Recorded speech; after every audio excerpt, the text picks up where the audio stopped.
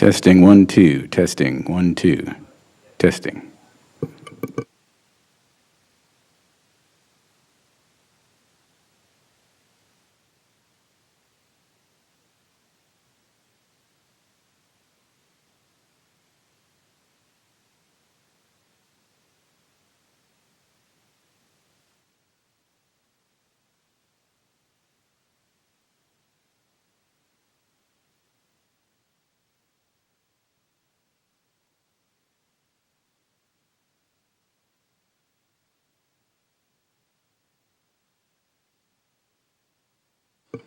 Testing 1 2. Testing 1 2.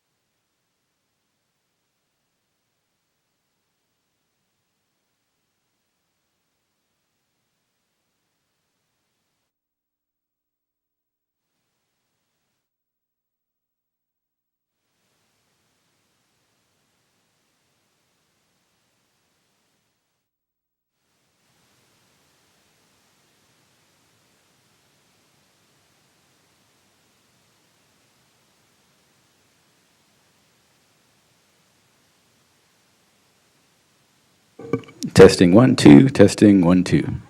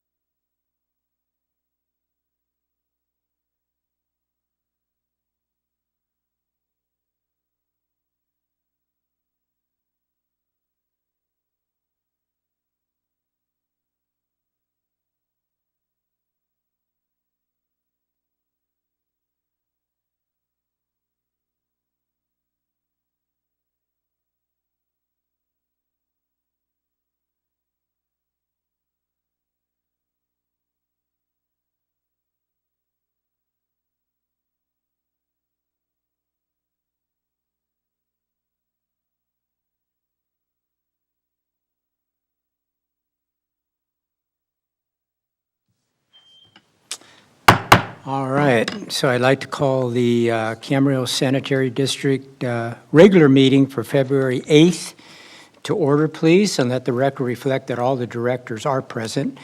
Flag salute, Mr. Tennyson, would you lead us today? I will.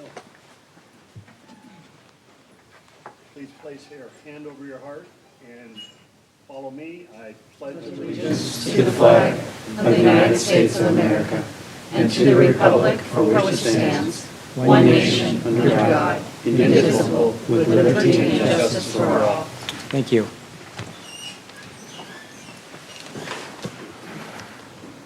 All right, so we've got the approval of the agenda that stands as it's received. We'll get down to public comments. These are public comments for the Camarillo Sanitation District. Any public? Seeing none, we're going to move on to the consent calendar.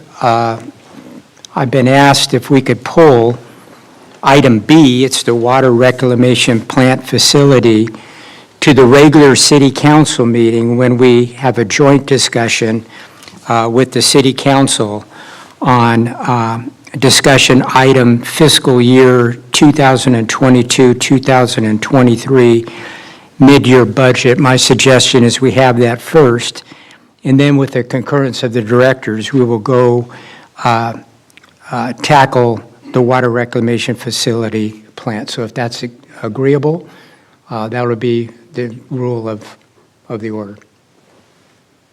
Okay, so with that, we need an approval of the consent calendar, which is item A. I move. Sorry. Tie goes to the runner. I'll second. Okay. Did you get that? Okay. Just item A. Item A. All right, hearing no further discussion, please vote. That passes unanimously.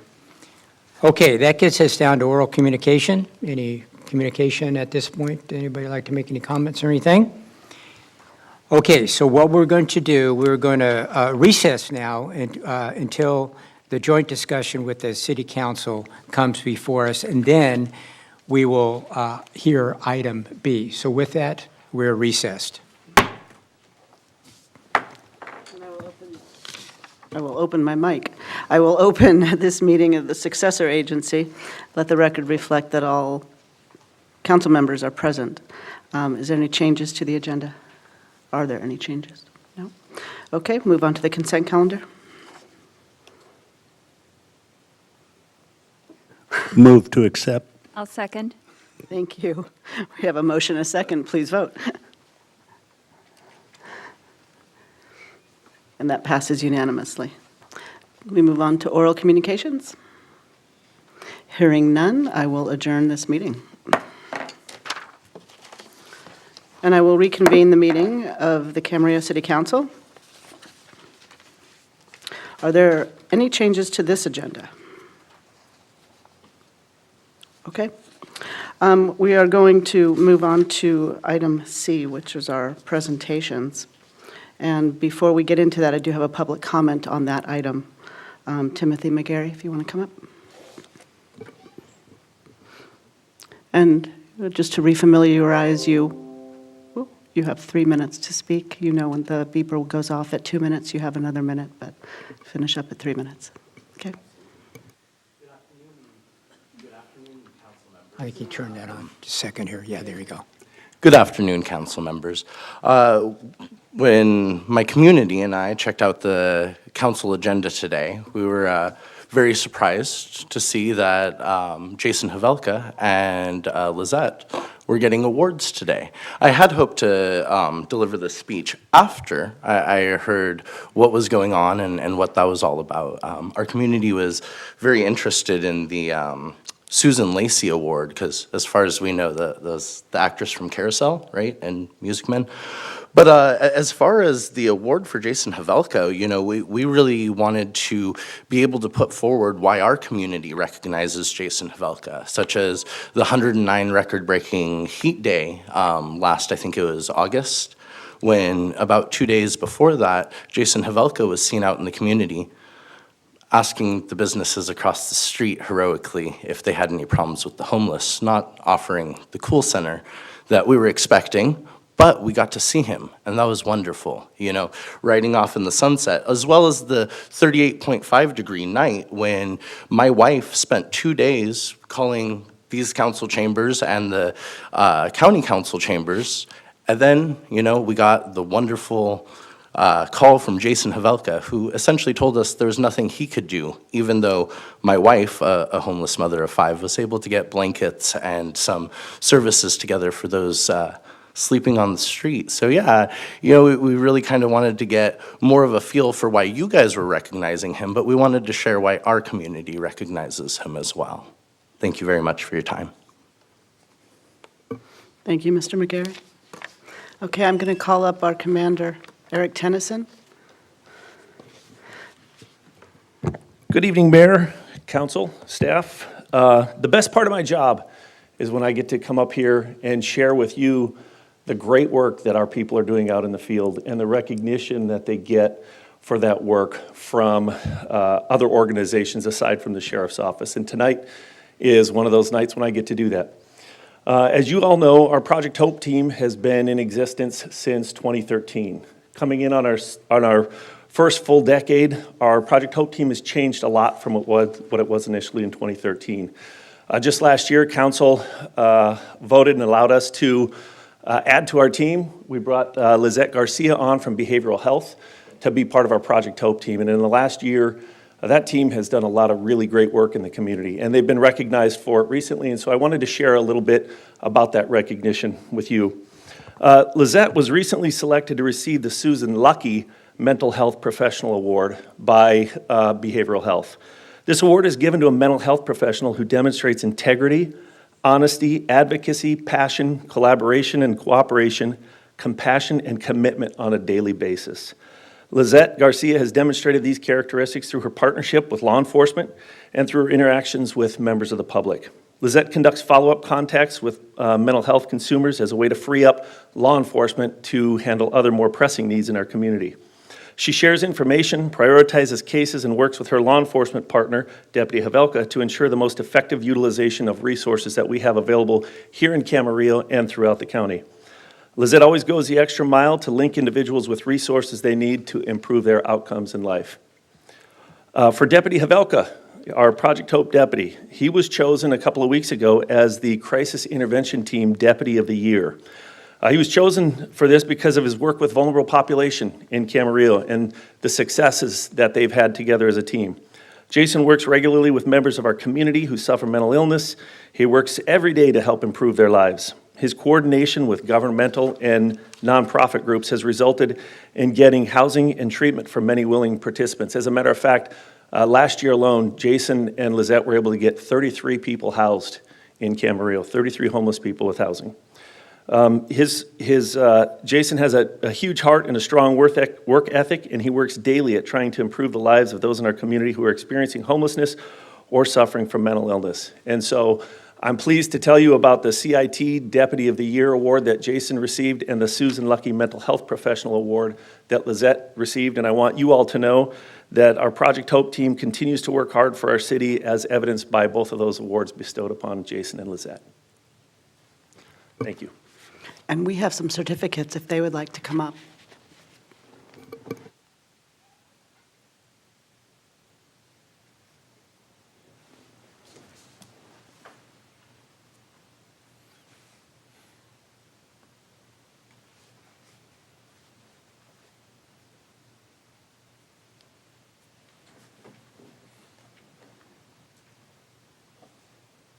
Lizette, this is yours from the Camarillo City Council, thanking you for your service and for all that you do.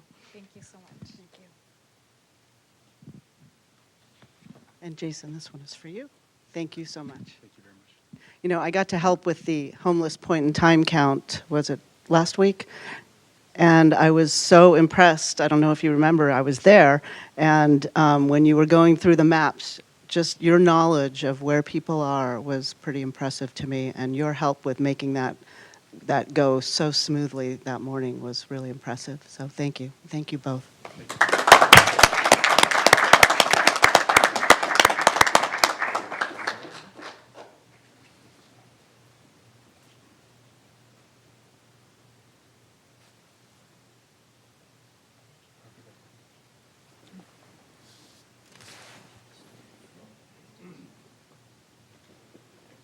Do any of my colleagues want to say a word?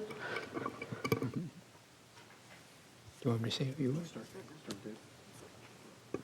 I would just like to add congratulations. It's a wonderful honor you two have received, the recognition from the different organizations that selected you. I know that it's a never-ending battle with what you do out there. I'm sure that the people that you've helped, the 33 homeless people that you've helped house over the last year or two, appreciate your efforts. I can tell you as a resident of Camarillo and a council member, I appreciate it, and I laud you for all of the things that you do in our community.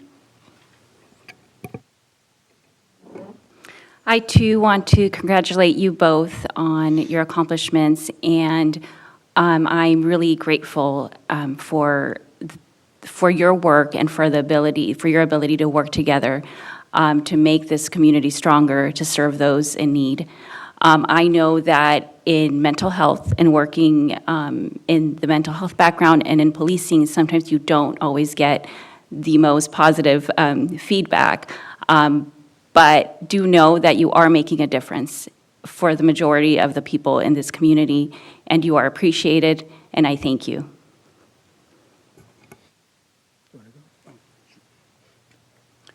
I think Council Members Tennyson and Martinez Bravo said it very well and very eloquently.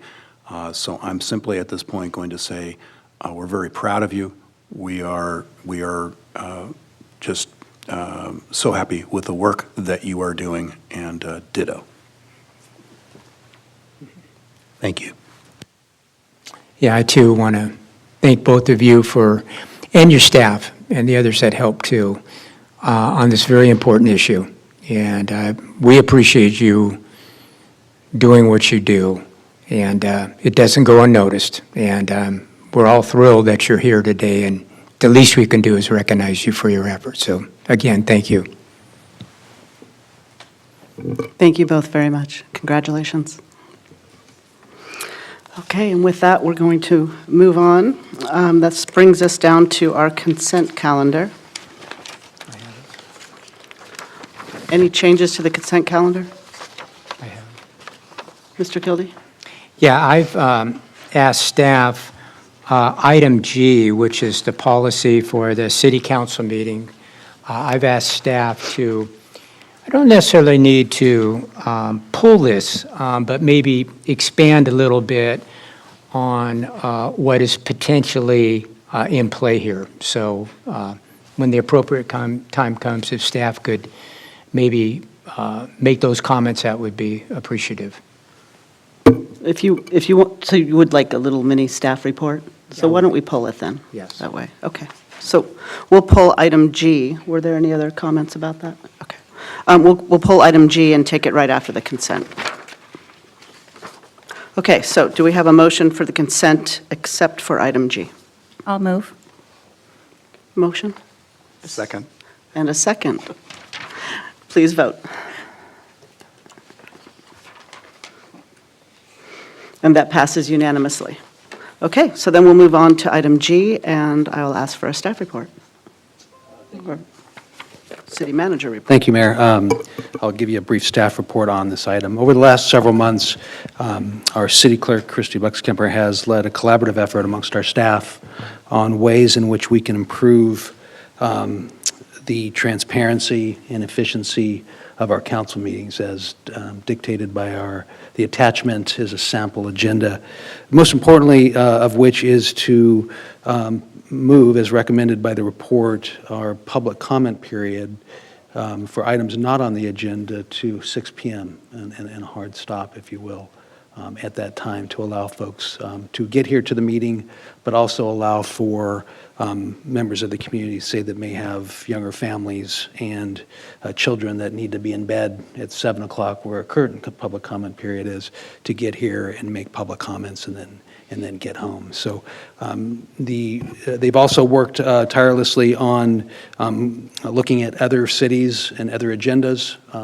The proposed agenda is very much in line with those with the industry standard, and we feel it's a very important route to take. If you have any questions further on the specifics of it, I'd be happy to answer those.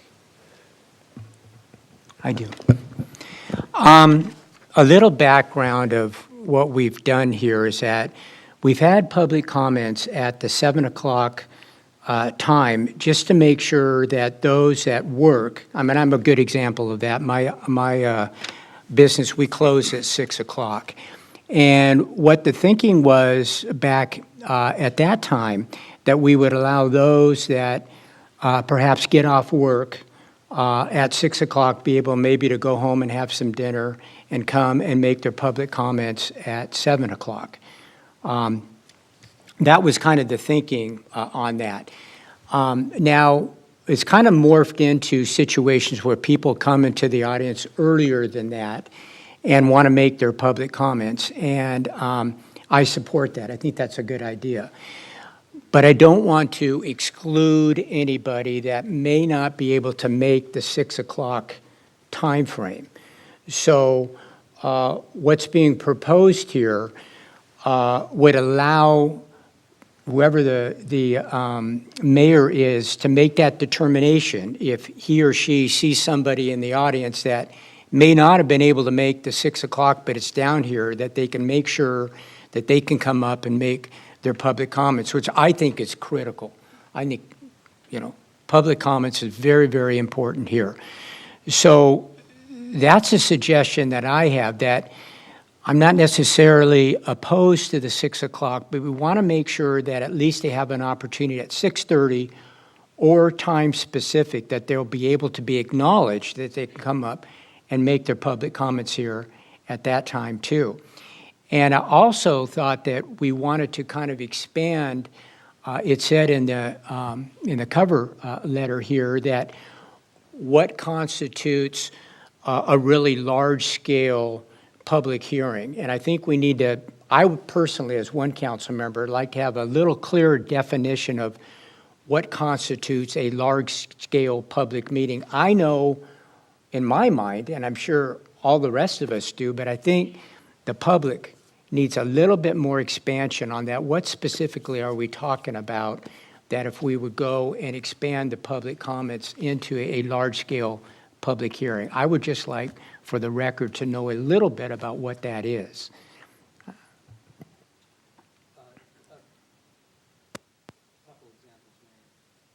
Sorry, trying to get this straight.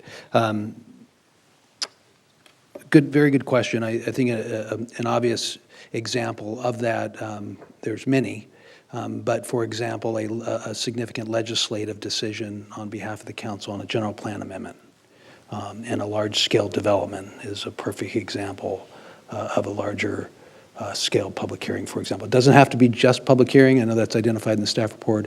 It could be a discussion item as an example, but for example, large-scale entitlement projects that are significant is an example of that. Okay. So my suggestion is that, well, twofold. A, we can try that, but to make sure that anybody that comes after 6 o'clock can and will be heard, and the council will have enough leeway to be able to pivot. If we see a lot of people still show up at 7 o'clock for public hearings here, that we'll be able to pivot and make sure that we're, supporting the public in this respect here. So again, I had asked staff if they would expand a little bit on the report so we could at least make sure that all of us have had an opportunity to chime in on this.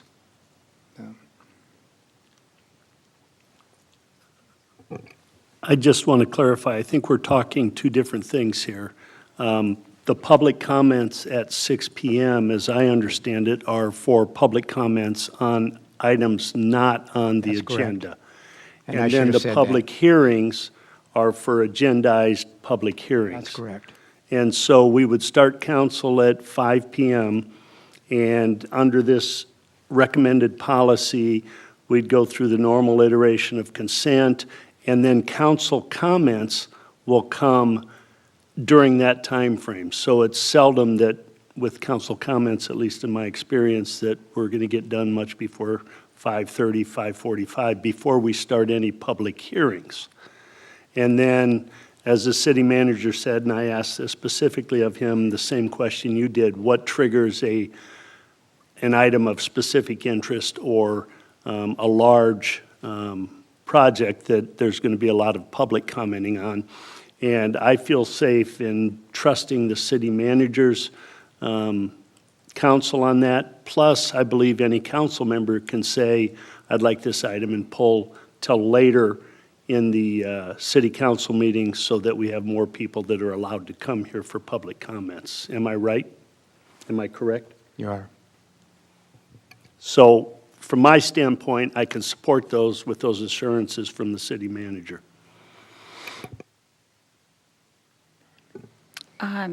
I just have more of a comment. When I read this policy and I thought about the 6 p.m. time change, I actually thought about my experiences as a young mom and having children that go to bed by 7, and how a 6 o'clock probably would be more helpful and more inclusive of younger families who may want to come in and give their opinion. I think valuing the public is definitely on our priority, and so it's important to be inclusive of all.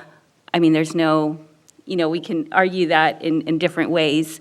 I think there's a lot more that we can do to be inclusive, just to bring families in and have that comfort for children and families as well. But I actually like the policy, and I do like that there is flexibility for the mayor to manage the meeting agenda as well. I'll throw in my comments. In my experience, twofold. Back when I was sitting on that side, I often felt a little confused about when things would happen on the agenda, and it sort of felt like you had to get here at 5 because you just weren't sure. And so that was frustrating as a constituent. What I've noticed now from this side is I do see people that show up to meetings at 5 p.m., not sure when their time is, and I always feel bad that we're just waiting until that 7 p.m. So I actually think the 6 p.m. makes sense. I also think the idea of us having time-specific things will be very helpful for the community because they will know exactly when to show up. So I support this as well. So with that said, if there are no more Yeah, I just, the reason why I brought this up, I want to make sure that everybody gets an opportunity to make a public comment. So and it's going to be, up to staff and the mayor, of course, to see whether or not there's a member of the public out there after 6 o'clock that he or she got here somewhat later, that you'll be able to at least allow them to come up and make the public comment. That was my concern. And I can speak for myself, that I would always want to make sure that somebody that shows up a little bit later past the 6 p.m. time would have an opportunity to speak. So I know I would make that a priority. Okay, thank you. Okay. With that, Move to approve consent. I'll second. just to correct, just item Items what item? G. G. Okay, so we have a motion and a second. Go ahead and vote, please. And that passes unanimously as well. Okay. So that brings us down to item L. But we wanted to, do we want to reconvene? Let me Yeah. reconvene the Camarillo Sanitary District to order.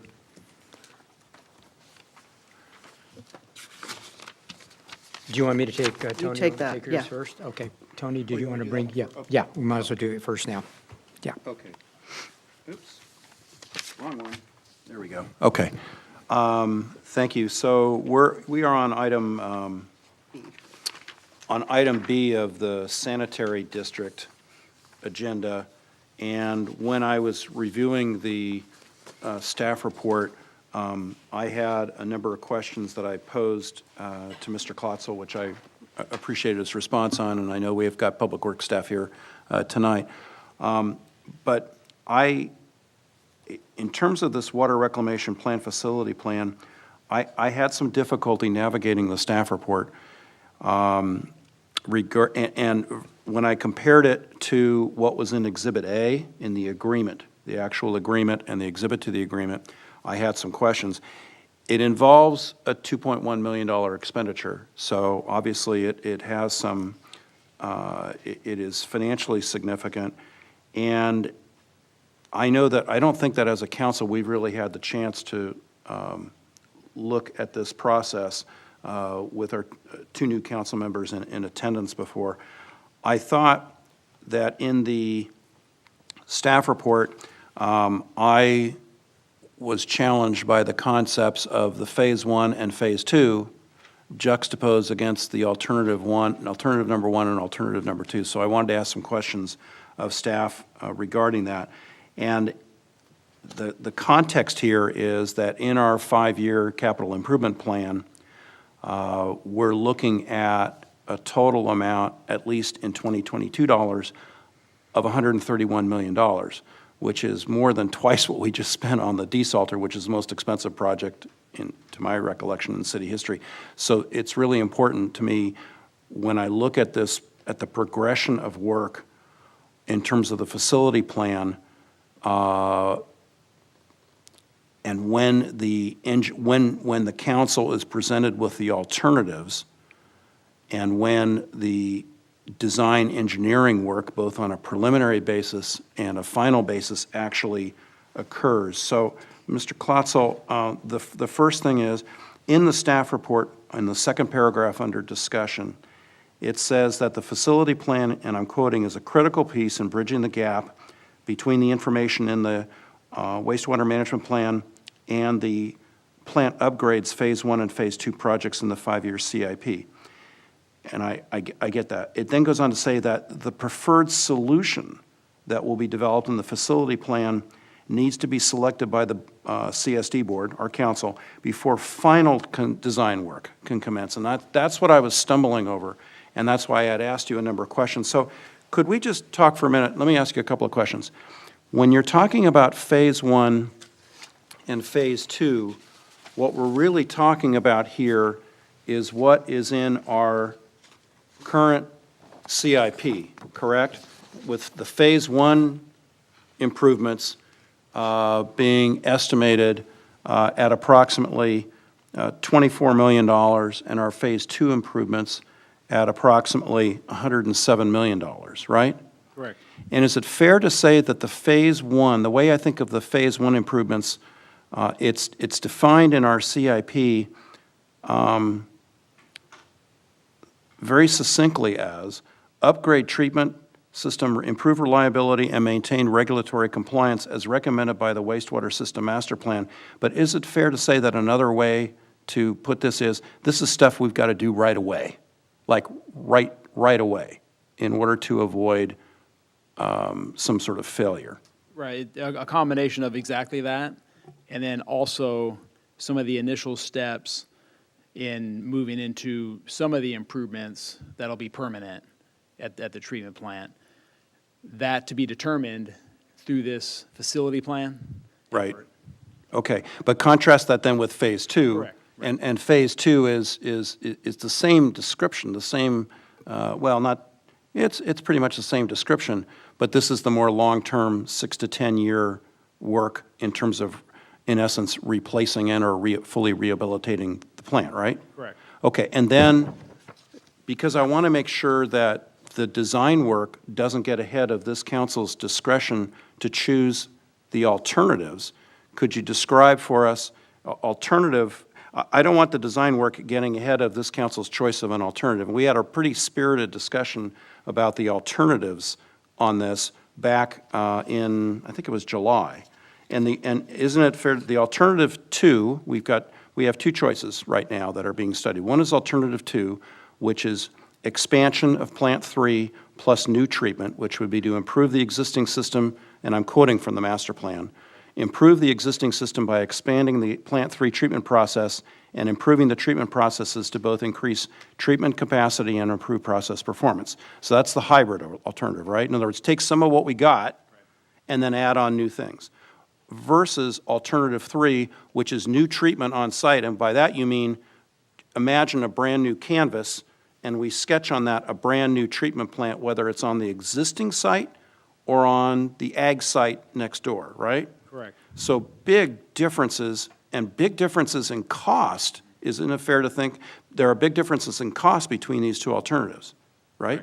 Okay, so because I don't want the design work to get, even the preliminary design work to get ahead of what our choice of alternatives are, can you comment then on the phase one work that's going to be done? Is the design engineering work on the preliminary side going to get ahead of our choice of the alternatives? Because we need to be informed, my view is we need to be informed by our choice of alternatives before we get down the line of doing the engineering. Right, absolutely. That's the plan. That's how we're laying this out, is to come back to council and through this facility plan, augmented by the other study that's currently underway, our flows and loads analysis, that's going to play into that also, and to come back to council, to the board, at least once, if not more, to finalize which alternative, 2 or 3, based on what the facility plan is going to study, and confirm that first before moving forward with any preliminary or final design. There will be, it's actually a real mix, and this is a great challenge that we've taken on to move forward with the most appropriate methods on performing these additional studies. These additional studies, this one, the facility plan, and the other one that's ongoing, is essentially a phase 2 of the master planning effort, actually. A completion of finalizing the alternative and in conceptual terms, identifying the most preferred treatment processes and solutions, and take that step before we move into any preliminary design or final design, absolutely. That will be, the preliminary and final design will be by a separate consulting contract that we're actually under a qualifications-based selection process right now. But we want to bring that on early in the process to be part of the team to move all this forward in the best laid plans as possible that we have. But absolutely, back to your point, we will be back before the board to talk about which alternative we're going to end up at and why, based on the outputs of this facility plan, and a certain amount of conceptual design. I hesitate to even call it design, conceptual, more refinement of the alternative prepared, because we have to do that to be able to get to a point with enough information to provide the board to make a decision on which alternative, then move forward into preliminary design and final design with the separate design consultant. Right. I mean, my experience in representing clients in rehabilitation or establishment of treatment plans is you have the concept feasibility work done first, then you go to preliminary design, then you go to final design. But in terms of going to preliminary design and then final design, the board chooses the which way that's going, which options will be included in that, and will really kind of set out the basis for what the design is going to encompass. Absolutely. Right? I mean, that's sort of the natural progression, right? Correct. So for the phase 1 upgrade, is it your intention to do the preliminary design work at the same, in other words, at the same time? In other words, because that phase 1 work, and it's about $24 million, so it's a substantial expenditure of money. Right. Is it your intention to do the preliminary design work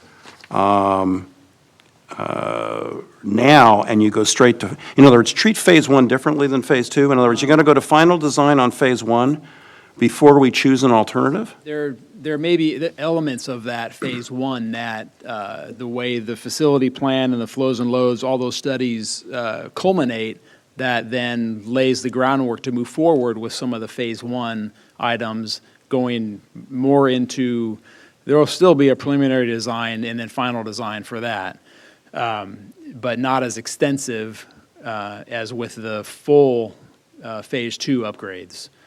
So there's just so many Okay. different pieces to what the upgrades include that we don't know exactly all of those to be able to answer that definitively right now without completing these next follow-on studies. Well, but from a pragmatic standpoint, you could say, for purposes of the Phase 1 work that needs to be done, some of that preliminary engineering work would be done, but then you'd be coming back to the board or council and saying, well, because we've done it this way for Phase 1, that should inform which alternative you as a board select. And that's my concern, because I don't want to be preempted from choosing between alternative 2 versus alternative 3 by virtue of the fact that there's already been preliminary engineering work done on these Phase 1 upgrades. Right. So what I need to hear is some assurance that before staff goes, through this QBS,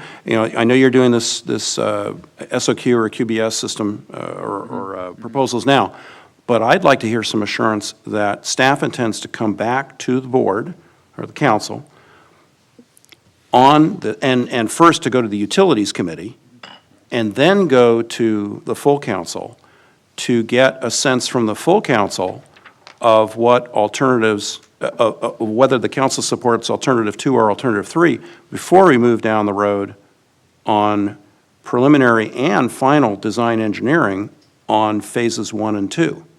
That's where I think Right. the rubber's kind of meeting the road here, and I would like to hear some comfort level, particularly given the amount of money that we're talking about spending. Right, yeah, no, absolutely, that is the plan. And again, to say exactly what components are going to be included in Phase 1 and the initial components of that would go forward into preliminary design and final design, that will not occur until we come back to the council and finalize which alternative. A portion of that may be happening concurrently because of some of the Phase 1 upgrades that just need to get going. Right. And we will have the information substantiated by our studies, the master plan, the follow-on studies, and concurrence with the board before moving forward into any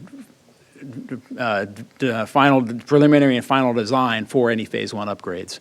So, and also I'll clarify that the qualification-based process we're under to bring on a design engineer, first steps is more of a peer review and a peer review of the finalization of these studies and the preferred alternative, with then an additional scope under a separate contract, like with the same firm, that would come back to council with a scope that's going to identify any further preliminary design or final design on Phase 1 or Phase 2. Right, but what you're asking us to prove tonight is the contract, in essence, to expend just over $2 million on this particular facility plan. Correct. My concern is I don't want the design work getting ahead of the board's or the council's choice of an alternative. And particularly given, A, the amount of money that we're talking about spending in the future on both Phase 1 and Phase 2, how much money the city is planning on spending. It's a huge amount of money. And secondly, I don't want to be I want to be in a situation where the council the board can decide, hey, we like alternative 2 rather than we like either alternative 2 or alternative 3. Right. And there's a big cost difference between those two, as I recall from last year's discussion. Yeah. So I just want to be sure that we're not precluded from that. So what I'm hearing you say is, your intention would be that with respect to both I know there are a lot of moving parts, Dave, but with respect to both Phase 1 and Phase 2, before the preliminary engineering work is done on Phase 1, you intend to come back and have another discussion with the council and with board on the alternatives? Absolutely. Yeah, staff Okay. hears you All right. loud and clear. We are, Well, I'm just one person, but I'm just one council member, but I've got a real concern about this. understood. So, Yep. but I'm hearing those assurances from you. Correct. Okay. All right. Thank you. Thank you, Mr. Chair. That ends my Just a question. quick And thanks for your follow-up. patience, Colleen. Thank you. Quick follow-up, just so I'm of understanding this. This work needs to be done to get us to whether or not we want to do alternative, whatever alternative we want to do. This work has to be done to get us to make that decision, wherever that decision is going to be. Is that correct? That's correct. Okay. All right.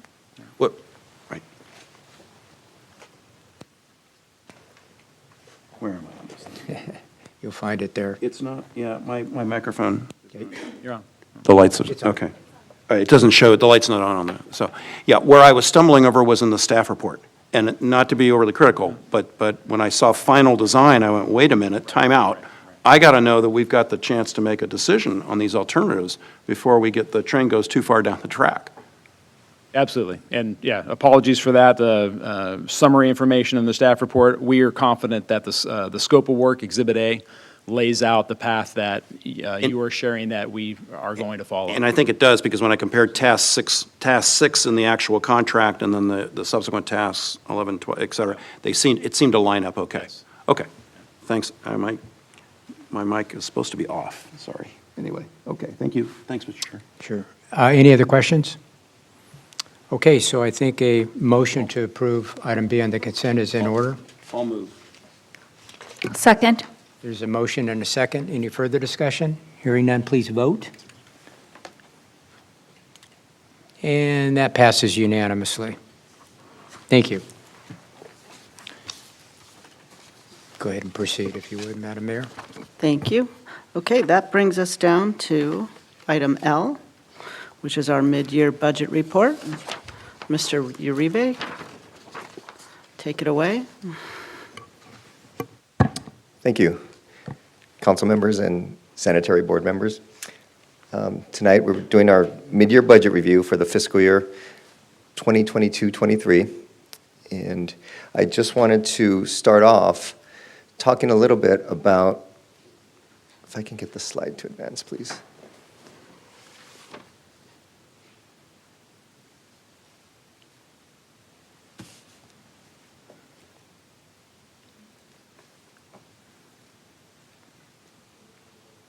Thank you.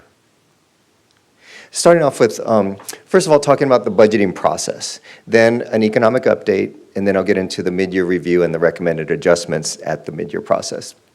So the budgeting process, next slide, please. The budgeting process, in order to explain it, I've got to talk about two different fiscal years because they overlap. So a budget process to adopt the budget for the year, I'm going to look at the timeline for the 23-24 budget, next year's budget. Started in November with an annual budget kickoff meeting where staff met, all the departments met, and we talked about some plans for developing the budget for next fiscal year. Then on January 20th, the operating and capital budget submittals were due. Then we'll put those together, and on March 8th, we'll have with council and the sanitary board a preliminary budget workshop. And that's going to focus on the revenue projections. The expenditures are still being developed, and I'm going to probably repeat this a couple times throughout this presentation. The budget is a constantly evolving document. Assumptions change, the factors that go into those assumptions change.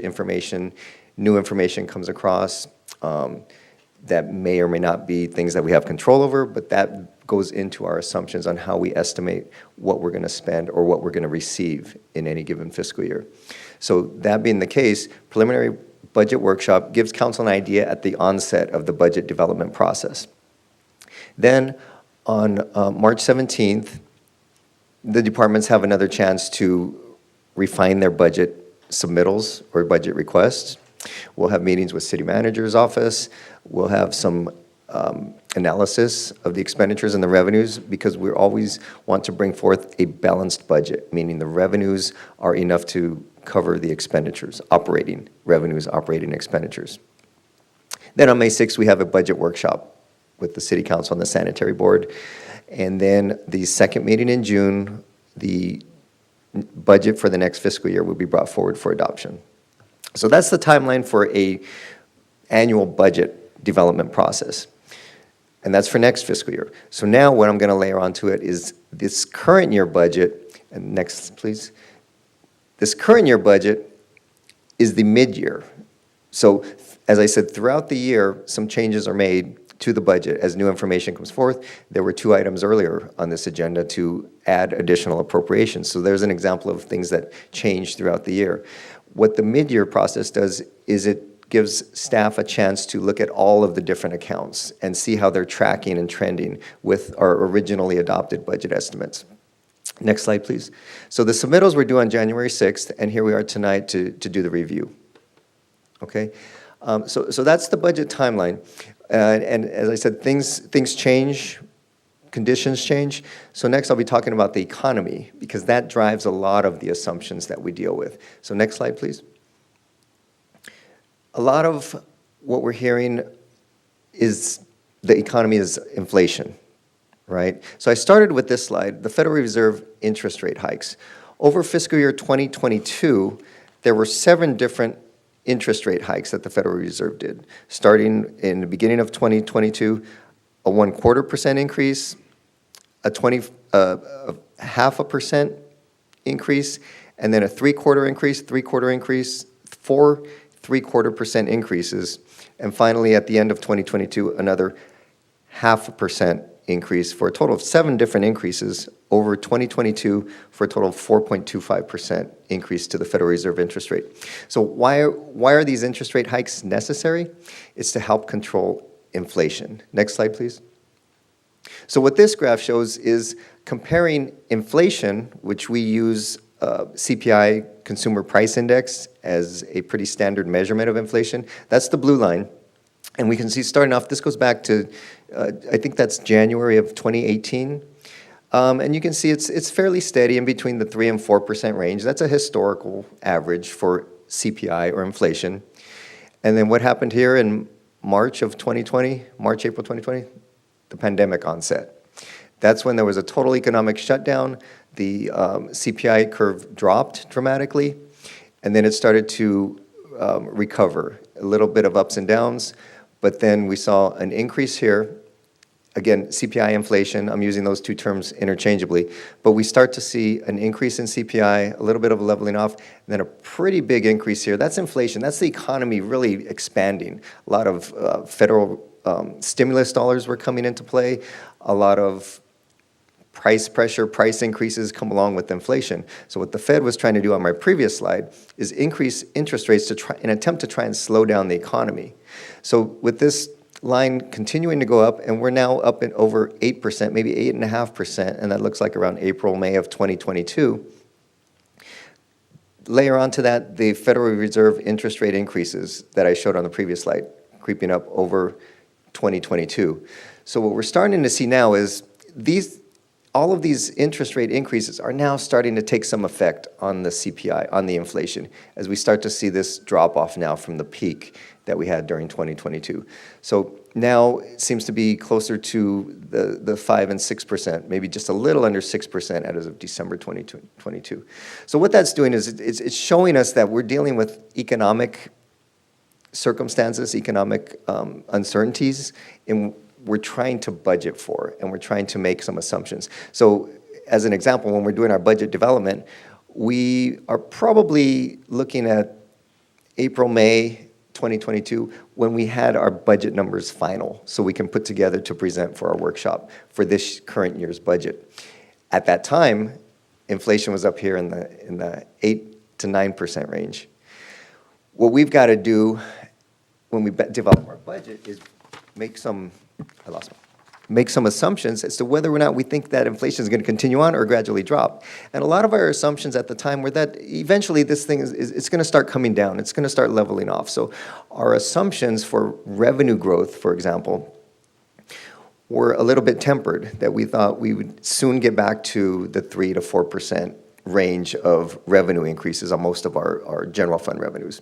So all this to say that we're constantly monitoring the economy and the changes in the economy to help us build our budget projections. Is that okay? Make sense? Any questions on that as far as the background for developing a budget? Okay, next I'm going to get into the actual mid-year analysis. Next, please. We're looking at the general fund. We tend to focus on the general fund. Let me start off. Citi has almost 60 different funds, and each fund has a specific purpose. The general fund being the largest, because that's where the majority of the city's activities are contained, the costs and the general fund revenues. So we focus on this one primarily, and I'll start off, a lot of information, a lot of numbers up there, but I'll start off with the adopted budget, $50.6 million in revenues, $56.2 million in expenditures. What was adopted? Since that time, we now move to the amended budget, or sometimes I refer to that as the current budget, where it stands right now. revenues, we really don't change too much. We really don't come back to council to increase revenues throughout the year, over the first 6 months. It's more often an agenda report for a specific item that's requesting additional appropriations. And that's where this movement can be seen, from 56.2 adopted to now we currently sit at 57.4. Those are the different changes in the first 6 months of the year. This is as of December 2022. So our budget went up about $1 million on expenditures. Now, we also layer in the year-to-date actual numbers to give some perspective of how we're doing. The revenues are at about 47% of the budget, pretty much on track. And the way we say it's on track is we compare year over year at this same point in time. The expenditures, 43%. Again, very much in line. We have much more control over the expenditures than we do the revenues. Then we get to this column. This is the recommended mid-year adjustments. On the revenue side, we're recommending a $5 million increase to general fund revenues. Now, that's a really big number.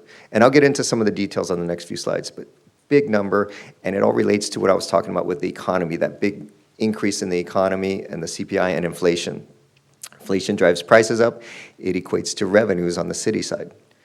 On the expenditure side, a small adjustment here of $50,000 that I'll get into, and then transfers out $500,000. Again, I'll get into those where we expect to end the year with $55.7 million in revenues and $57.9 in expenditures. Next slide, please. So now we're going to focus on the revenues first. Here's that $5 million total number I talked about. Primarily up here in the city's two largest revenues, sales tax and property tax. Consistently, the two largest revenues, they make up about 2/3 of the general fund's revenue budget. What's going on with sales tax? That's really what I talked about, the reopening of the economy, the inflation, the prices going up, a lot more pent-up consumer demand, things like that are driving sales tax prices up, or sales tax dollars up as prices go up.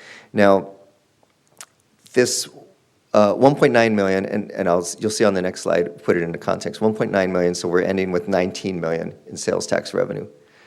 Property tax, almost $1.5 million increase to 18.4, and I'll talk about that a little bit more too, because there was some housing activity that drove that number. On the transient occupancy tax, that's also known as the bed tax, hotel tax, the tax you pay when you stay at the hotel. Charges for services, that's mostly development-related fees that come in, and that varies depending on development activity in the city. And under other revenue sources, that's primarily interest income, and there are sometimes we get some refunds. So we're adjusting for those that we hadn't planned for when we adopted the budget. Next, please.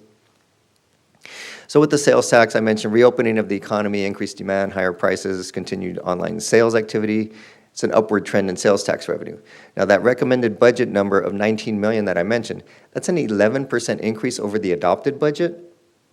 But I like to compare, I think a better comparison is a comparison to how we ended last year. Because when we put together the adopted budget, we had an estimate of how we thought we were going to end last year. That came in higher as prices went up. So if we compare how we ended last year to this new adjusted budget number of 19 million, we're talking about a 4% increase. So that's a little bit more in line of a typical year, or more in line with where we think we see the inflation going. On the property tax side, a little bit different story.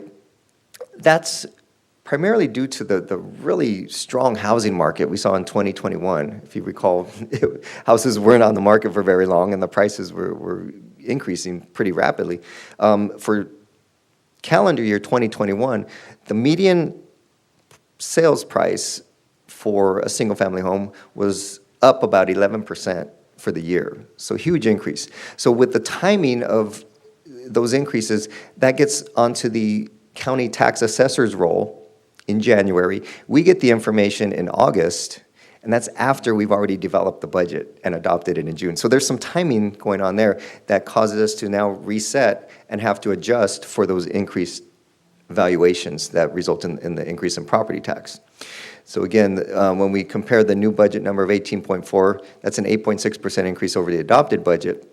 But we compare to prior year, a 10% increase over prior year actuals. So that almost reflects that 11% that we saw in the median price of a home. Okay. On the transient occupancy tax, I mentioned the bed tax, about a 550,000 increase is being recommended. That's due to the lifting of travel restrictions, again, more pent-up demand, people are getting out and traveling more. Occupancy rates there's two things that drive the TOT revenue. Occupancy rates and room rates that are being charged. So the occupancy rates have increased by an average of about 3%. That's within range, but it's the daily rates that are being charged have gone up about 15%. So that's the main driver with this number right now that we're looking at.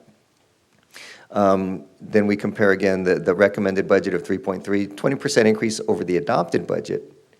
But when we compare to how we ended last year, it's about a 4% increase. Okay? Next slide, please. That's a couple more revenues. I mentioned the charges for services is. I'm sorry. I'm sorry, question? Just a real quick question on the property tax, Mark. It doesn't necessarily mean that they're selling more houses, but it could. But what it does mean, somewhat more than that the houses that they are selling are actually selling for more money, hence an increased revenue to the city and the property tax. Is that a fair assessment? Yes. Yes, fair assessment. Good question. Put it in a little bit more context. There's a Proposition 13 that limits the assessed value growth to 2% per year. The reason we're seeing 10% is because of the transactions, homes being sold, transfer of property. When a home is sold, the assessed value gets marked at that market value of what the home was sold for. So for example, if somebody's owned a home for 20 years, the assessed value may be $400,000. They turn around and sell it for $800,000. The assessed value goes, instead of the 2%, it's not limited anymore. It gets reset at $800,000. So that's where we see the growth is, as you mentioned, could be a combination of the number of homes sold, but also the higher prices and the reset of the assessed value. Okay. Thanks. Sure. So on the other revenues in the general fund, I mentioned the charges for services. That's primarily development projects, and those vary depending on the development activity. This increase of 786, it's largely due to timing. There were projects that we thought were coming in last year, got a little delayed and came in this year. But this number of 786 reflects monies that we've already received to date. It's not a projection that we think something else is going to come in, but it's monies that we've received to date.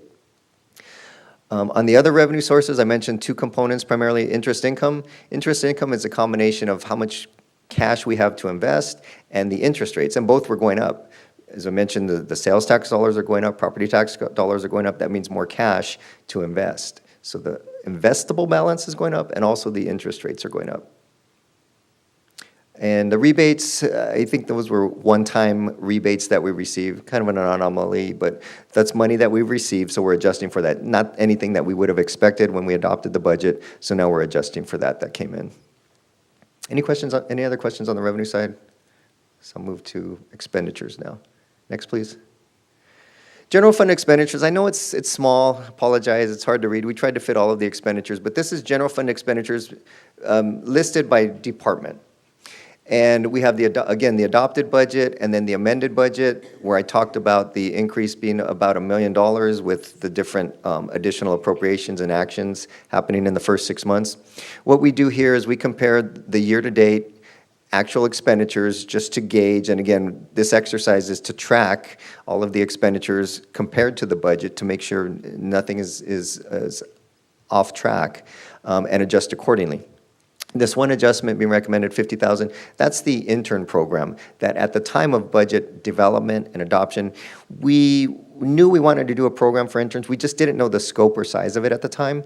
So we didn't have enough information to plug in a dollar amount. So now that we know that, we're putting in that dollar amount of $50,000. Under the operating transfers in and out, about $500,000. I'll show the detail on the next slide. There's the adjustment for the internship. That $500,000 is a combination of two things. $362,000 is to replenish the library special revenue fund. Again, I talked about all the different funds that are out there. The special revenue fund had been using some money the general fund had been buying some material, books and materials that should have been paid for out of the special revenue fund. Or I think it's the reverse. The special revenue fund had been buying books and materials that should have been spent by the general fund. So the general fund is basically just reimbursing the library special revenue fund for those costs. And then the second part of it is a $150,000 transfer out from the general fund to the solid waste fund, and that's to cover a negative fund balance. And we'll see that in a little bit when we get to the solid waste fund, what's happening there. Expenditures are starting to increase, and we don't have the revenues to support that to the level, but it's something that's in the discussion and in the works, and will be brought back at another time to correct that. But at this point, to cover that balance, the general fund money is being used as a transfer to the solid waste. General fund monies can be used for any purpose, whereas all of the other funds have specific purposes. Next, please. So that was it for the general fund. Now moving on to some of the other special funds. And those are also tracked and reviewed, analyzed during the mid-year process to make sure things are tracking. Each fund has its own separate budget of revenues and expenditures. On that first one, Article 3 TDA fund, these are monies that come in that can be used for, I think it's street purposes, transit purposes, street purposes. A revenue increase of $2,257. Normally, we're not making adjustments for such a small dollar amount. But this one in particular, we have a separate outside auditor that comes in, and they like to see that these numbers match exactly what the allocations are from VCTC. VCTC gives us that allocation. So that's why we're proposing a recommendation for such a small number. Normally, we don't go that low. These next three, SIBA Fund, Springville Interchange Benefit Assessment District, I may have gotten that wrong. Special Assessment, Traffic Mitigation Fund, and the Bridge Policy Fund. These are all development-related fees. When a new development comes in, they have an impact in these different areas. They're assessed a fee to pay for that development. So with those monies coming in, again, it varies depending on when the development actually starts and takes place and the fees come in. So these adjustments are decreases basically due to timing. It doesn't mean that these projects are not going to happen. They're just not going to happen in this fiscal year. And we'll move those monies over into next fiscal year. Next, please. Internal service funds, an expenditure increase, $71,000, $72,000 due to a purchase of a forklift needed at the desalter facility.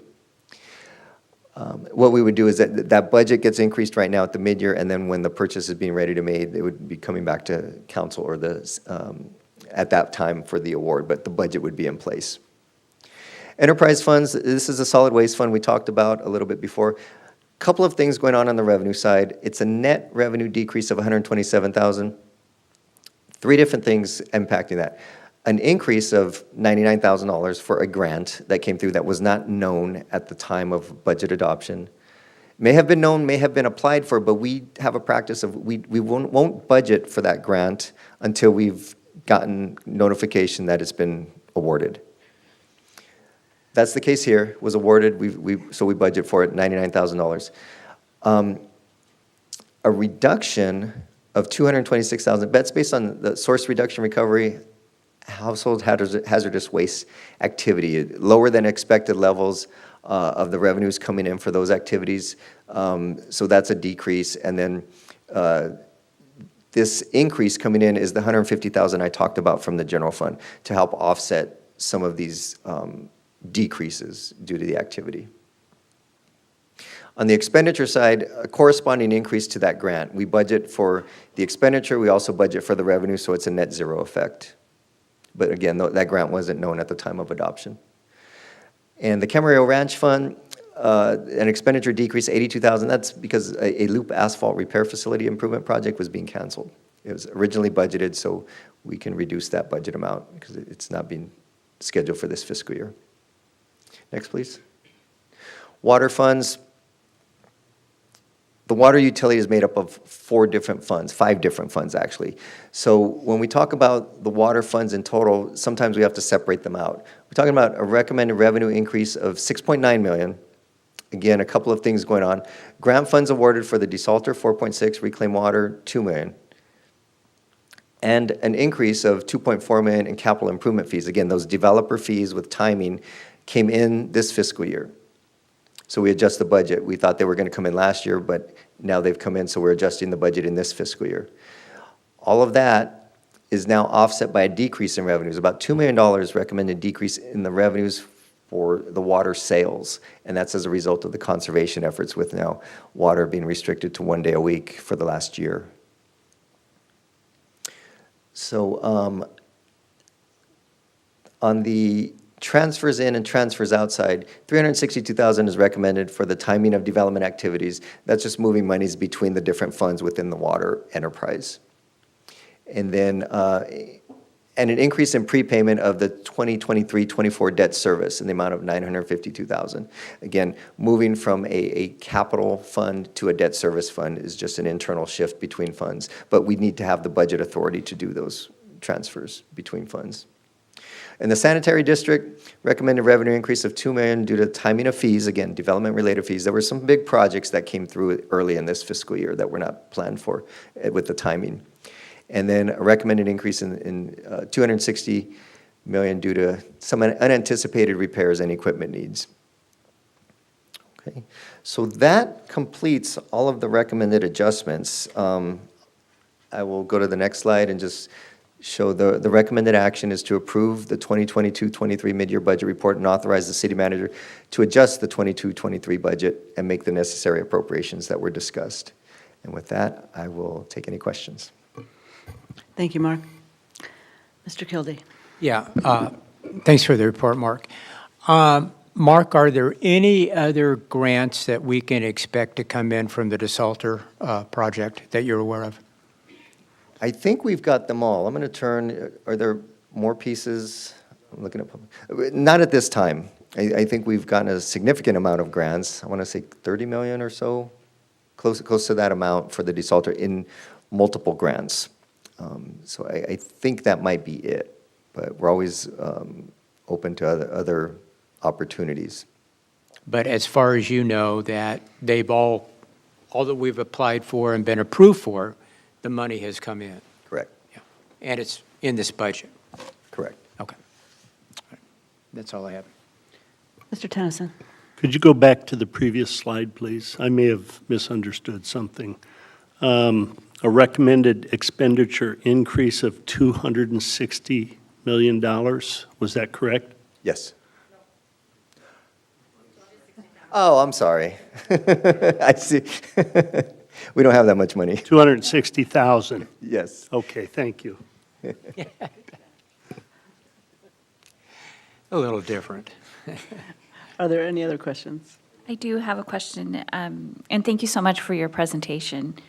On page 5 for Exhibit A, we are looking at the restricted and non-dispensable committed money.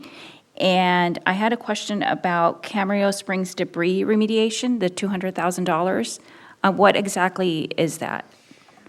I'll defer to Dave Klotzel on that one. Okay. Sure.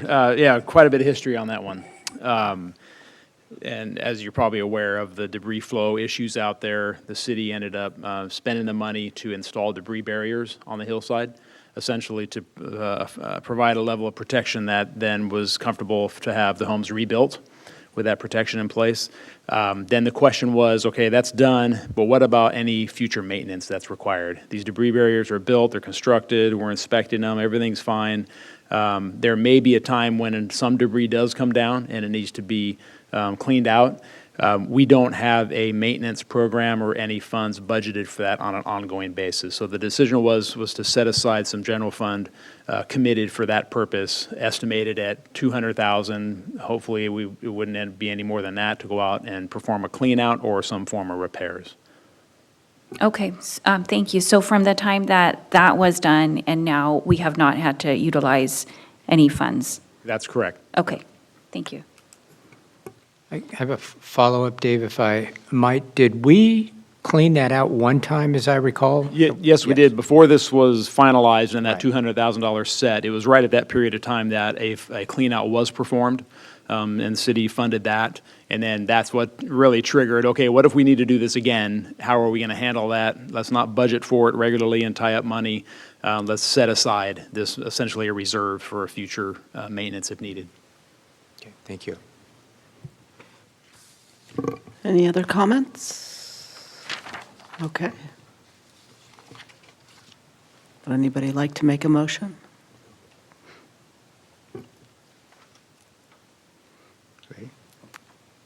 Move to approve the staff recommendation. I'll second the Second. motion. I'll withdraw. Okay, we have a motion and a second. Please vote. And that passes unanimously. I'll need a motion for the Sand District, please. I'll move the suggested action. I'll second. There's a motion, a second, in further discussion. Hearing none, please vote.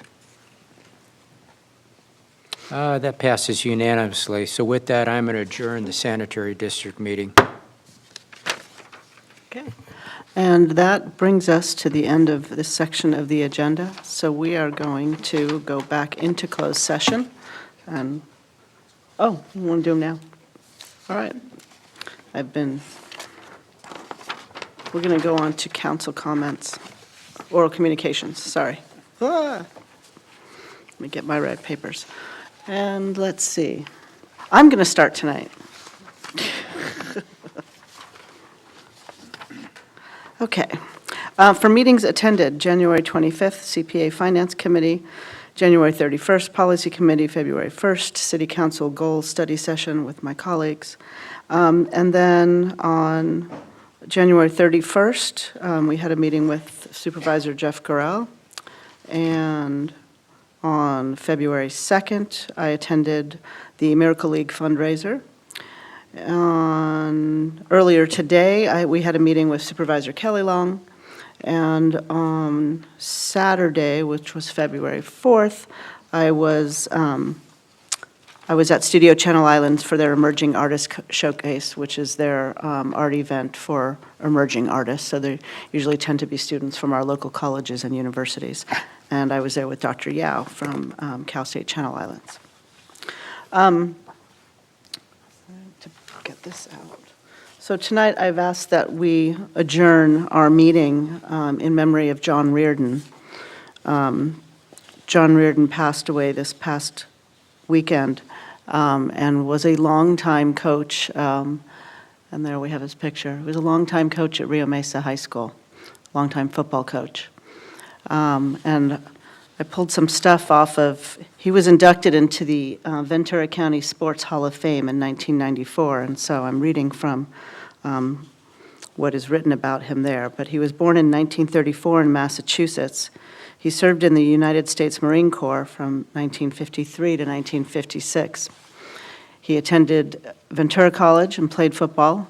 He earned a bachelor's degree from Fresno State University and then later attended Azusa Pacific University and was awarded an MED degree. He started coaching with Coach C. Lucianovich at Santa Clara High School, which was my alma mater, but that was back in 1962-63, before I was born. That team, though, did go on to CIF semifinals, and the following year went on to win the CIF championship. He then accepted a position at Rio Mesa High School as the assistant football coach for 3 years, and then in 1968 was named the head football coach at Rio Mesa High School. They were Frontier League champions in 1971, 1973, 1974, 1977, 1978, 1980, 1981, 1982, and 1983. It's quite an accomplishment. They were Channel League champions in 1985. They appeared in the CIF playoffs 13 times. John Reardon was named Coach of the Year in 1971, 1973, 1977, 1983. There's a lot of numbers coming.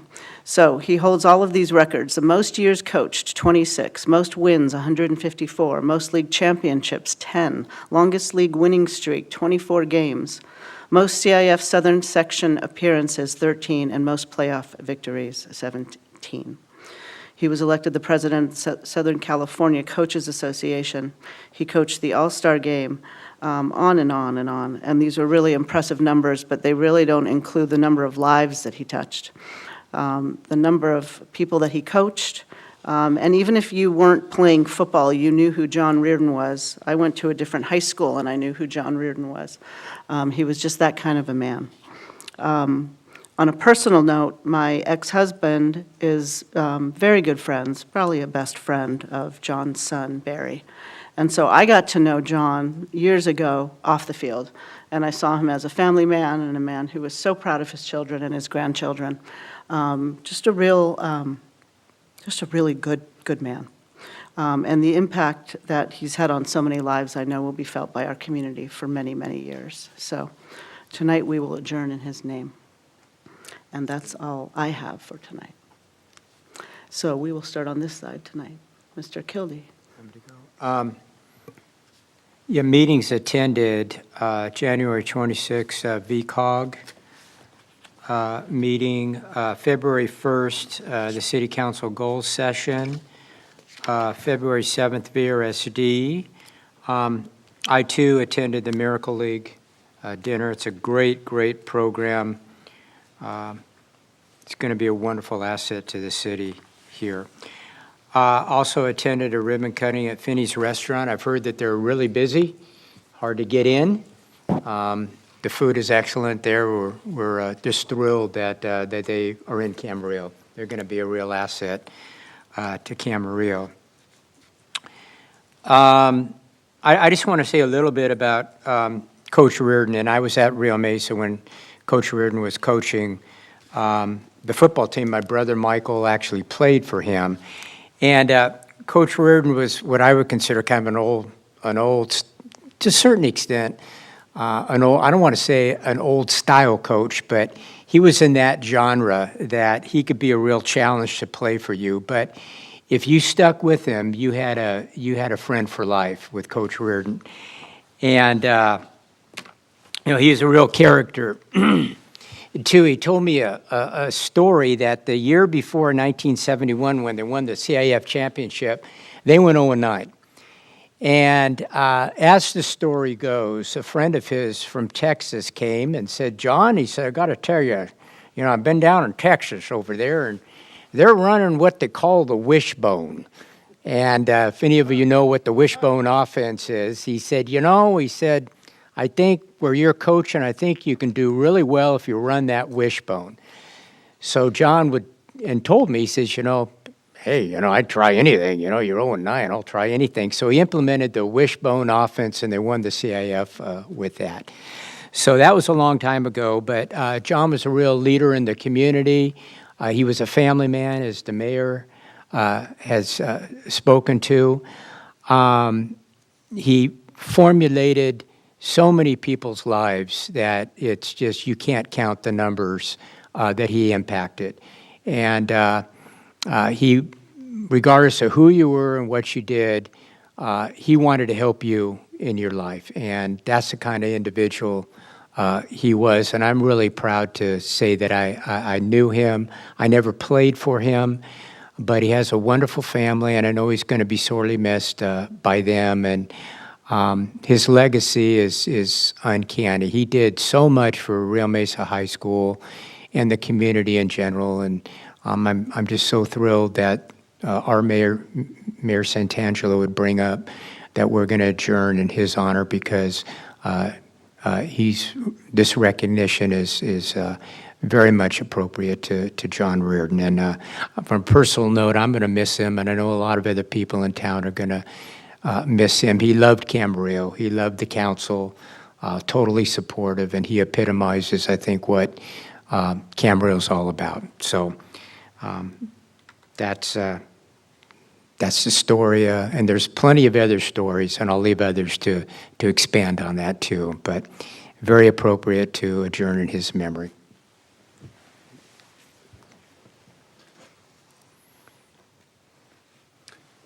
Okay, that is on, okay. Somebody's got to look at the light on this for next time, thanks. Meetings attended since January 25. On January 30, I pinch hit for the mayor at the ribbon cutting for Finney's Craft House, and all my other council member colleagues were there as well. That was a good occasion. On January 31, we had the policy committee with the mayor. On February 1, city council goal setting. February 2, the utilities committee with council member Martinez Bravo. First of many utilities committee meetings to come at length.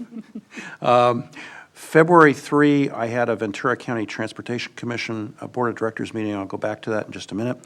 And that night, there was the Miracle League of the 805 dinner, and the mayor was at that dinner. Councilmember Kildee was at that dinner, and that is a wonderful program that has been project that's been spearheaded by Rick and Jody Pena and a number of volunteers here in Camarillo for the last several years. But basically, they will actually break ground now on a field. Mayor? March 8th. March 8th, which is very exciting. It's a field that the Pleasant Valley Recreation and Park District Board of Directors has approved and building on, and it's in essence a baseball field for disabled children in order to allow them to play baseball. I mean, it's a really, really exciting thing to have happen to our area. It will serve Ventura County, Santa Barbara County, West Los Angeles County, or the Valley, et cetera. So my hats are off to Rick and Jody Pena and all the volunteers who have made that come to light. And then on February 4, I got to pinch it for the mayor for an Eagle Cord of Honor for Luke Jones of Troop 858, who was, in my view, one of the best Eagle Scouts I've ever seen. Obviously an underachiever. He only had 43 merit badges. Sophomore at Rancho Campana High School. I was really impressed with him. Just to talk a little bit on the Ventura County Transportation Commission, the February 3rd meeting, I just want you to be aware, a couple of notes. We had a slide on the TDA funding that comes, and it's really important, the TDA, the Transportation Development Act funding that comes through VCTC to the city, and there will be an increase. The city will receive for 23-24 about an estimated almost $3.5 million, just under $3.5 million, and that's an increase of about $90,000 compared to our apportionment during this current fiscal year. And so when we see those final budget numbers, it'll be reflected in it. But the reason that's so important is we utilize those funds, and they come from the quarter-cent statewide sales tax, what's called the Local Transportation Fund, and we are able to utilize those funds principally for transit and then road, street and road projects, and so those funds are very important. The Transportation Commission also talked about a number of other things, including we had an unmet transit needs hearing, a zero-emission vehicle bus rollout. Mr. Klotzel is going to, at some point in the future, be coming back to us on the not tonight, on the transportation side regarding zero-emission buses. And then finally, we had a very lengthy discussion on the Transit Integration and Efficiency Study, which had occurred throughout the county with all the operators. And there are a number of alternatives that the commission, that this draft report set forth, where consolidation in different functions among transit operators in the county, including Camarillo with East County, Camarillo potentially in Gold Coast, et cetera. There were a bunch of alternatives that came out of that. One alternative was partial consolidation of demand response, paratransit, and dial ride. Alternative 2 was moderately consolidating services in the West and East County. I'm really glossing over this, and then alternative 3 was full consolidation. We're talking not only about fixed transit, but also paratransit demand response. The bottom line is the commission received and filed that report, but it directed that VCTC staff come before all the city councils so that you can hear all of this firsthand and we can weigh in with our opinions. I'm just one council member. I know I favored a very, starting in baby steps, potentially, with partial consolidation or looking at potentially partial consolidation of demand response side. But but people feel differently about it. And some people feel that there should not be any consolidation at all, and others feel strongly that there should be consolidation. So the good thing is that's going to be coming back to us in the next several months, and we'll be able to talk more thoroughly about it. Finally, I went out to Camarillo Airport today and had an appointment as still a relatively new grandparent with the safekidsventuracounty.org, and I just want to, and it's for how to correctly install a car seat.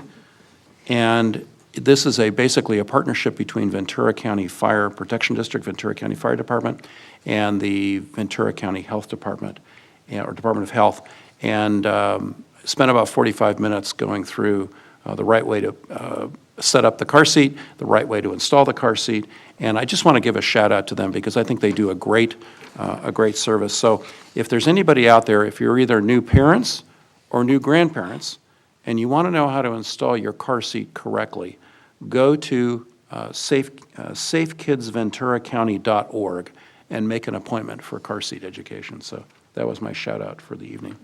Thank you. That's it.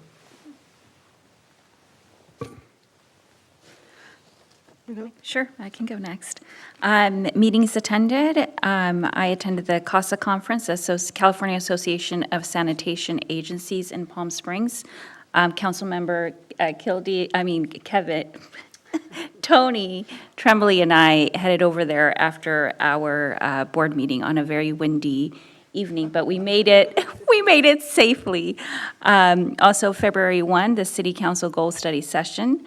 That was a great experience as somebody who is new to council. February 2nd, the Utilities Committee.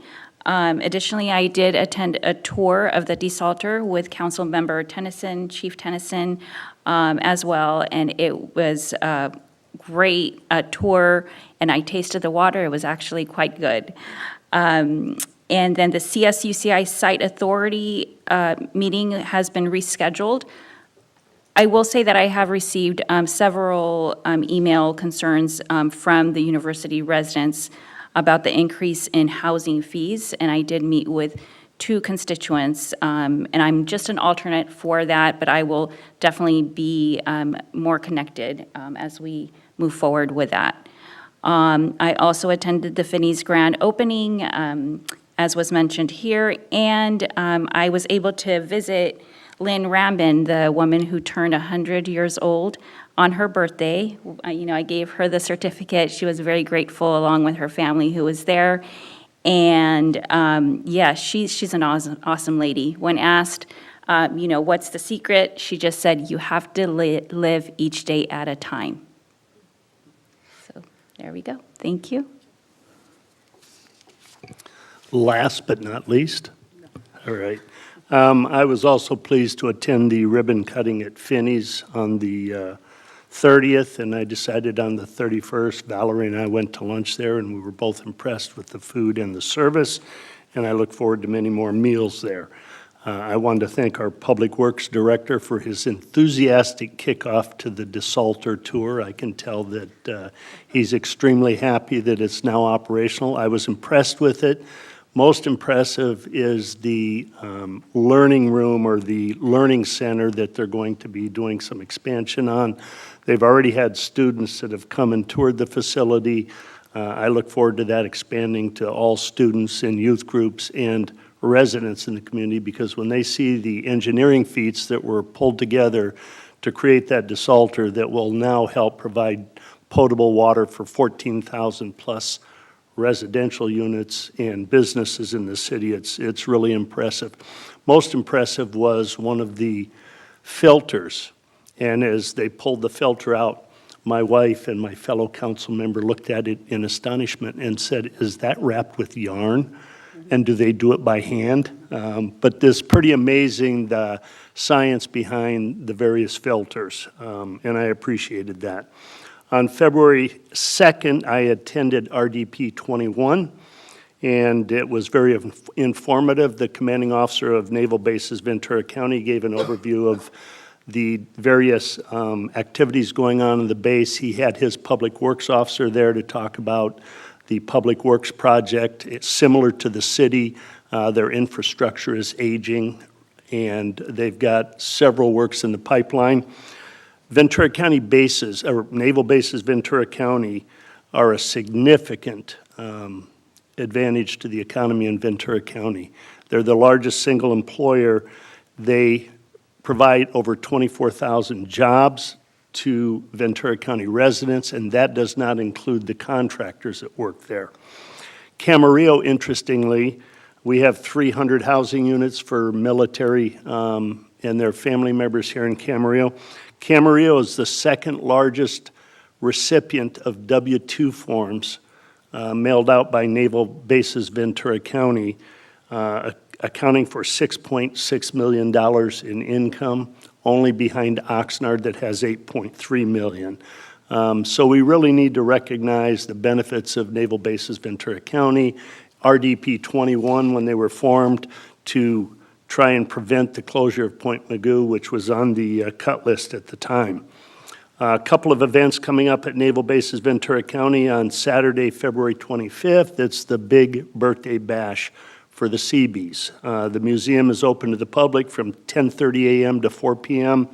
I'd encourage you to visit the CB Museum. It is the official museum for all CB units in the United States. Also, the Point Mugu Air Show on March 18th and 19th. It will be the third time in history that the Thunderbirds and Blue Angels have performed at the same air show since their existence, and it will be the first time that both of these demonstration air squadrons will perform in Ventura County. They're expecting on March 18th and 19th between 80 and 100,000 attendees, which I'm sure our police chief will be pulling his hair out trying to deal with traffic coming off at Las Posas Road and Lewis Road to traverse our city to get out there. But I'd encourage you, leave early, get out there early, and enjoy the air show. Thank you. Okay, with that, we are going to recess back into closed session, and we'll be back at 7.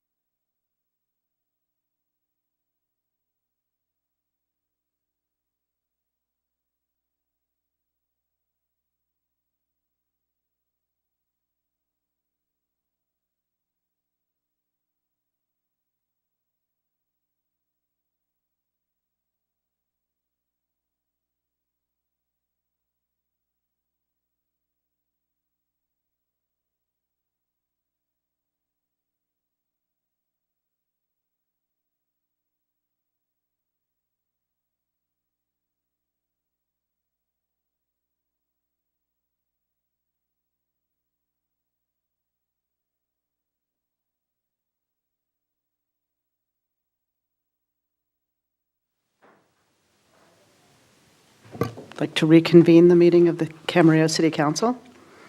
Let the record reflect that all council members are present.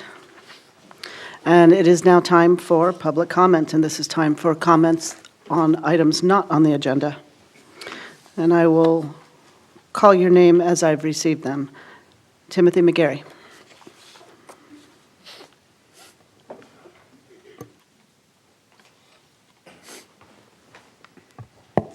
Good evening, City Council. So last time I was here, a couple of my friends were watching, and they had given me some fairly constructive feedback. They said, I have to presume that the City Council knows the situation, because I understood that you're angry and you feel like there's been injustice, but I didn't get the situation. So, to give you the benefit of the doubt, I'm going to go ahead and spell that out for you guys, so that way everybody's clear about it. Me and my family, as well as the community I live in, are technically described as homeless. This means we do not have a home address. A lot of our community is very fortunate homeless in that we are either living in vehicles or RVs. There are a lot of people that have absolutely nothing. Now, unfortunately, with those vehicles and RVs, they do need to be registered. We do need to have driver's licenses. The DMV paperwork requires that you put a residential address. When we attempted to discuss this with the Chief of Police, Eric Tennyson, he informed us that we could just put a P.O. box. When I spoke to the DMV, they said that would be inappropriate and illegal. I do not want to commit fraud. I'm not going to commit fraud in order to avoid an infraction charge. Now, the Ventura County Sheriff's Department comes to our community, they place 72-hour move notices. What they are telling us is that if we do not move our cars, automobiles, RVs within 72 hours, we will be breaking the law. Now, because we're homeless and we cannot properly fill out the DMV paperwork, if we move our cars, our RVs, or our automobiles, we will be breaking the law. And in fact, a few months ago, my wife got a 72-hour notice on our family van, and she decided to then proceed to move it, to comply with the law, as Mr. Tennyson told us to do in an email. Tim, we just want you to follow the law. How do I do that? Because the moment she took it out, we got lit up by Sergeant Wilkinson, and our family automobile was taken from us. So we are in a position of entrapment. We are being told, break the law, or you will be breaking the law.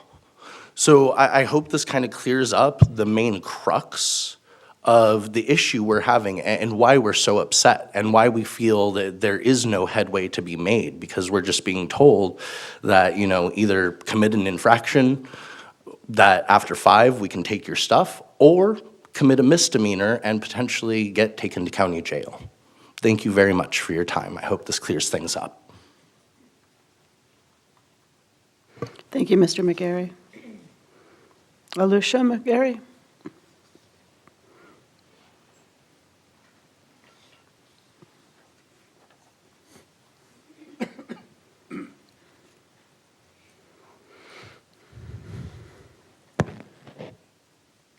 Good evening, council members, mayor. I understand that Havelka got the Cop of the Year award, and I'm glad that you guys had fun with it. But if I'm remembering right, Havelka is a homeless liaison officer, and he came to help us, twice in the past few months? It would have been nice to have his help when Wilkinson arrested my dad on a Friday holiday. That same night, when Mom and Dad were dealing with police harassment, my 4-year-old sister was lying in bed crying, telling me, I think they arrested Mom and Dad. And then still after that, they arrested our friend. Of course, they did it when they were too far for us to help. This cop harassment has changed a lot. We don't have a car anymore, so it's much harder to get showers. Another thing that's changed as we homeschool, but now that the cops keep harassing us, it's taken away time that mom and dad could be using to teach us. And still another thing that's changed is mom used to smoke. She stopped for us, but now that the cops started harassing us, mom's too frustrated and she had to start again. And the day you took Olden Van, we were even planning on staying home from city council to give you a break. But you had to force it on us. We haven't even got to the worst part. Why Dad and my friend were arrested. My friend got arrested for stealing a cop car when all he did was open the back door. There was even a cop in the front seat. And my dad was arrested for pointing at a cop. Chris Dyer hasn't been over here in a while either. At least he's not getting a Cop of the Year award. He who is faithful in the small will be faithful in the large. He who is dishonest in the small will be dishonest in the large. Luke 16:10. Have a good night, council members and mayor.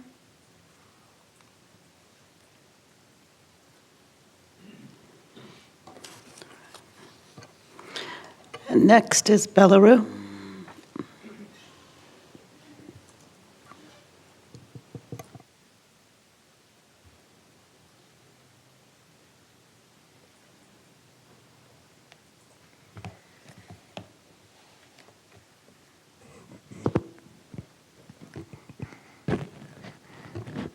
Good evening. Well, it's not a very good evening for us, but why not?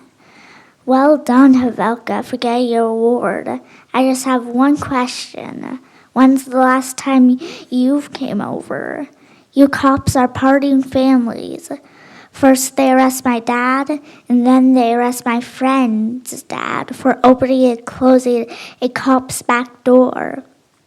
I saw he wasn't there. Maybe that's why he got that award, because he cares so much about the homeless. Wilkinson should get an award for stealing. He's the one who stole my dad and my car. You who preach against stealing, do you not steal? I hear Lizette is making up her own awards to win. I should make up an award. The Bella Lucky Award. I ask that you see what you're allowing to happen and seek God's forgiveness.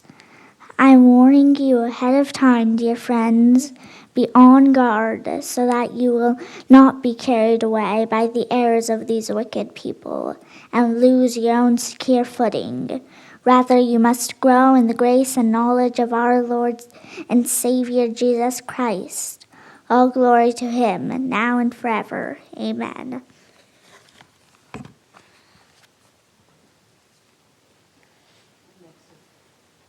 Next is Patricia McGarry.